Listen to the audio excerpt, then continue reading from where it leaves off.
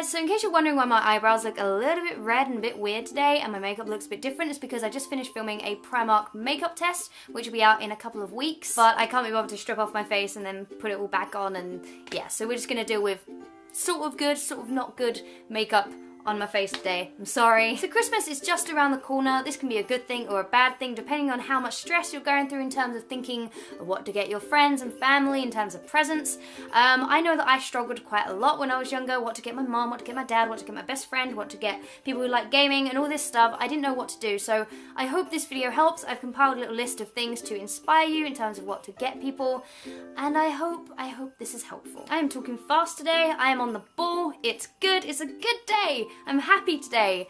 No one gonna tear me down. I don't know what that was. Okay, so firstly we're gonna talk about what to get a mum for Christmas. Now I've come up with a few things, and I still think the best thing to get a mum for Christmas is a gift set. Basically, with mums, you want them to know how hard they work and how much you appreciate them, and what better time than Christmas to give them something that helps them to relax, you know? I wish I knew about Lush products when I was younger. Yes, I'm talking about Lush again, but their gift sets are really, really amazing. Like, the prices, I think they're just a little bit cheaper than getting all the items individually, but they're gift wrapped and they're lovely. I just think, like, what better way to say I love you mum than to get her something for a bath or a shower just to help her relax a little bit.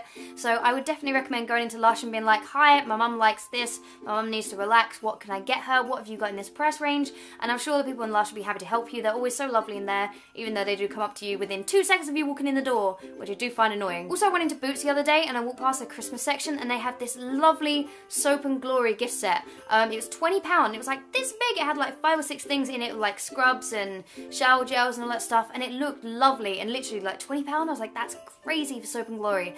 So I might pick that up and get that for my mum as a secondary gift. My mum already knows what I've got her. We don't really celebrate Christmas in a traditional way in our family. We just sort of go, this is what I've got you for Christmas, have it now. We sort of just get the adult Christmas out the way and sort of focus on my brother and sister for the actual Christmas day. And my mum already knows that I've got her a purse. That sounds like a cheapskate present. It wasn't the cheapest of purses in the world, but I do think that purses and handbags are very, very good to get a mum, because my mum's purse was awful. It was like, you know, destroyed. She'd had it for years. So I think getting her a replacement purse was the best thing. Also, handbags. I know it sounds very stereotypical. Oh, it's a woman, get her a handbag. But genuinely, mums do really like handbags, like in my experience anyway. The only issue is, like, handbags are quite a personal item to a woman, so make sure you definitely know that your mum would like it and appreciate the design of it before getting one. On the topic of avoiding things for mum, don't buy your mum shoes or watches or anything that's really, really personal, because I found that shoes are just the worst thing that you can get a mum, because if they're not there, you don't know if they're going to hurt their feet, you don't know if they're too big, too small, your mum may not like the design of them. Just shoes are a no-no. I would say watches are kind of a no-no, and they're quite expensive anyway, and I'm trying to focus this on like a low budget kind of shopping trip. Talk too fast. Okay, breathe. Now obviously if your mum reads a lot, there's the option of getting her books, but I'll be talking more about books and what to get bookworms a bit later on. And lastly, if you're on a low budget, Primark are doing some really genuinely lovely jumpers this time of year. I think seriously going into Primark and getting your mum a coat or a jumper or even a bag or something like that, just a few little bits, I would love that, I think. Like, imagine waking up to a nice fluffy dressing gown on Christmas.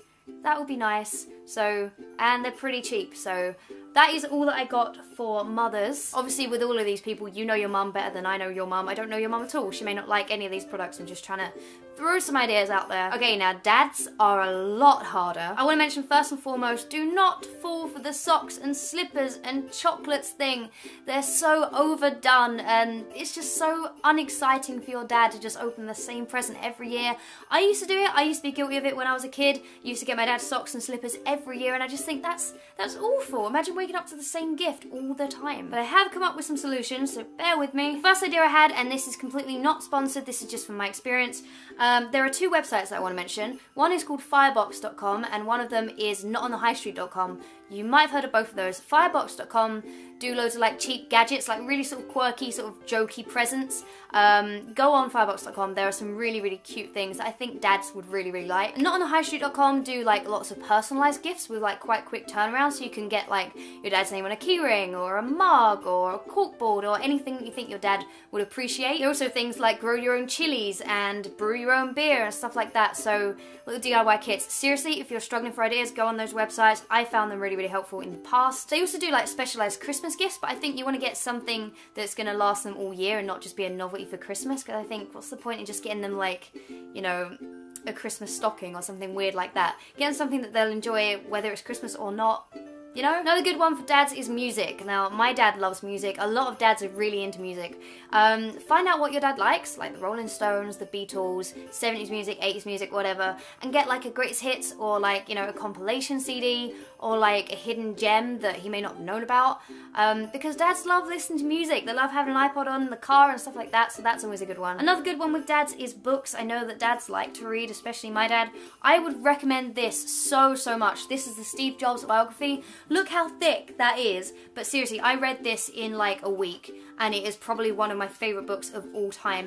I just find his life fascinating. I think this is just a really good buy for anyone that has their own business or wants to start their own business or anything, and I just think most dads would really love a book like this. Even if your dad doesn't like Apple products, this guy, seriously, his life story is amazing, so him. Okay, so moving on to what to buy your best friend. Now, obviously, I don't know what your best friend likes, and most of the time you may not know what your best friend likes. I always had that one friend that I shared no common interest with. My best friend Lisa, who I met when I was 11, she loves sports. She loves playing football, she loves watching football, and I'm just not interested in that sort of stuff at all. She goes to the gym like every day. I haven't been to the gym in like 6 months, but she's still my best friend. And for Christmas last year, I think actually it was her birthday, I got her a £100 JD Sports gift card because I thought, hey, that's the sort of thing that she's into, and I seriously can't stress enough how good gift cards are. I'm not saying you have to get your friend a gift card, I'm just saying if you're completely struggling, gift cards are the way to go. A few things I did think of, again, not on the highstreet.com, do personalised gifts, so you can get them like a photo frame or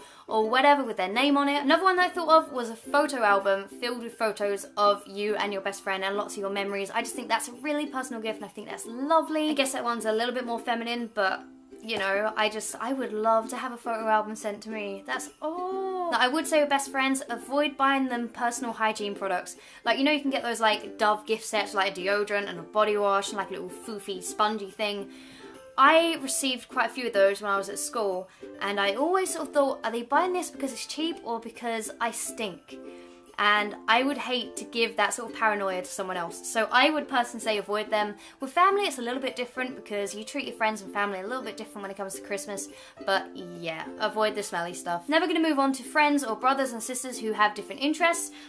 So if you have someone that is really into gaming, the only thing that I could really think of, because games obviously are quite personal, there is if you don't already know this, a lot of you will already know this, one of the main ways to play games on the PC is using an application called Steam, which is like a hub where you buy games and you play games through Steam.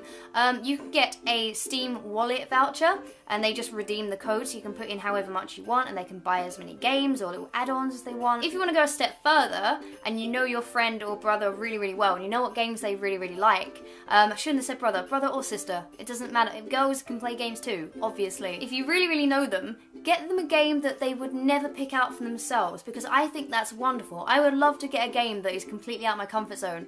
Like, I would never play a FIFA game, and I think it would be amazing to get a game like that and just be like, well, I'm totally out of my comfort zone now. I just think that's a good idea, because it's sort of like, hey, do something different. I'm enabling you to do something different, you know. Or it could be a terrible idea.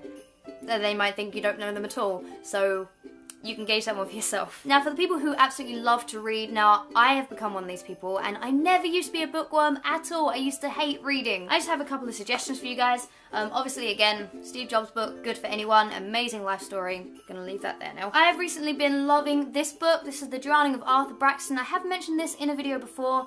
I'm currently reading it for the second time, and look at that cover. It's so cool. This is like an urban fairy tale. Quite a few people have already started reading this, which is great. But if you haven't heard of this, pick this up. It's so good and so well written. I think genuinely any friend would love this book. It's quite confusing, and you don't really understand a lot of it until the end when it's all tied up, and I love that. I love sort of escaping into a different world. This is the last book that I read. This is called As Red as Blood by Salla Simuka. I can't pronounce Swedish names, Finnish names, I don't know. Now this book, like, I didn't really hold out much hope for, but I can tell you this really is a great read. I read this in like 2 days. It's quite a small read. It is about a schoolgirl who she goes into her photography darkroom at school, and she finds lots of money that has lots of blood dried on it. And she goes on like a quest to find out whose money it was, and then it's just a really, really good book. So I would recommend that one a lot. And finally is the Atlas of Adventures. It is huge, and Luke bought this for me for my birthday. I've only had a quick look inside, but it is absolutely beautiful. It shows you like different countries and what you can do in the different countries, because I really want to travel next year. Luke got this for me. He was just like, hey, go and see some places. And it's just gorgeous. The illustrations are lovely, and it's just a really unique present. They've started selling this in bookstores now, so this one is £20, which is quite expensive, but I just think the artwork is lovely. So that is all the suggestions that I have for you guys. I hope this was helpful. I hope it sort of inspired some ideas. Don't forget to check out those websites. I think they're really, really helpful. Again, not sponsored, just genuinely think they're great sites. And I wish you the best. I wish you the best of luck. There you go. That's what I meant to say. Go forth and buy some appropriate presents. But do remember, it's not about how much money you spend. If your family and friends know you that well, they'll know that, especially if you're a student, you're quite tight on money, and they'll appreciate that you just took the time to, you know, make the effort. But come on, if you're watching this, you're probably past the age of making a handmade card, okay? Don't be stingy. Just get a nice card. And remember, if you have a little brother or sister, they will prefer to play with the box that the toy came in. Seriously. Okay, so that's about it. I will see you guys very, very soon. Make sure to follow me on Twitter for all the updates of when new videos are coming. I'm thinking of uploading every Thursday and Sunday on this channel now, so make sure you subscribe. Thank you so much for like 115,000 subscribers. I think that's amazing, and I'm so happy I can help so many people, and I'm really happy today. So, it's a good day. Bye. That was a really awkward bye. Wow.